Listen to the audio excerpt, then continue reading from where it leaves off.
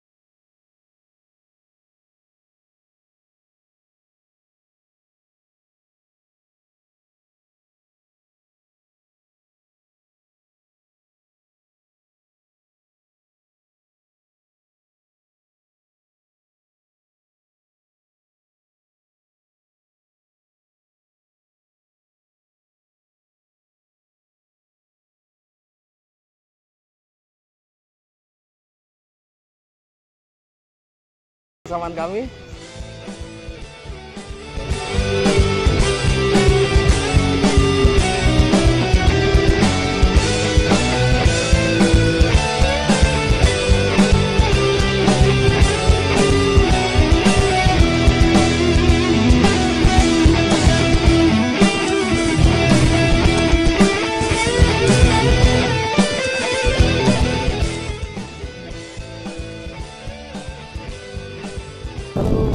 Angler Popo dimanapun Anda berada. Nah, kali ini kita udah nyampe di lokasi.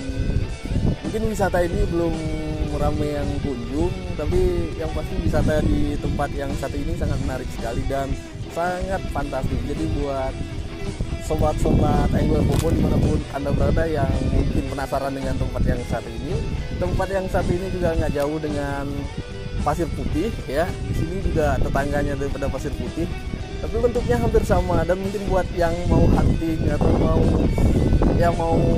mengambil momen-momen indah, ini keren banget dan maknyus pastinya.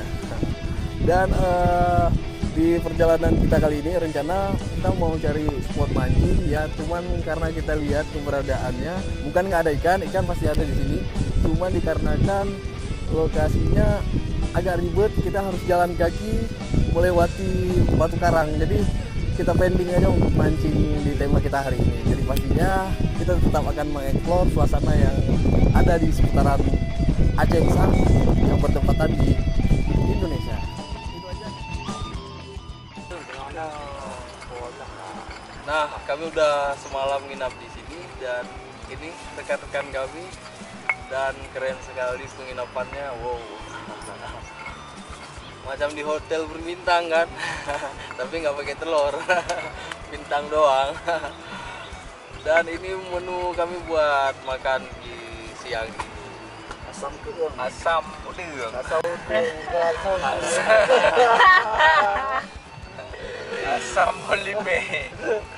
Khas Aceh. Nggak pakai cabai, kalau pakai cabai asam keung. Oh ya.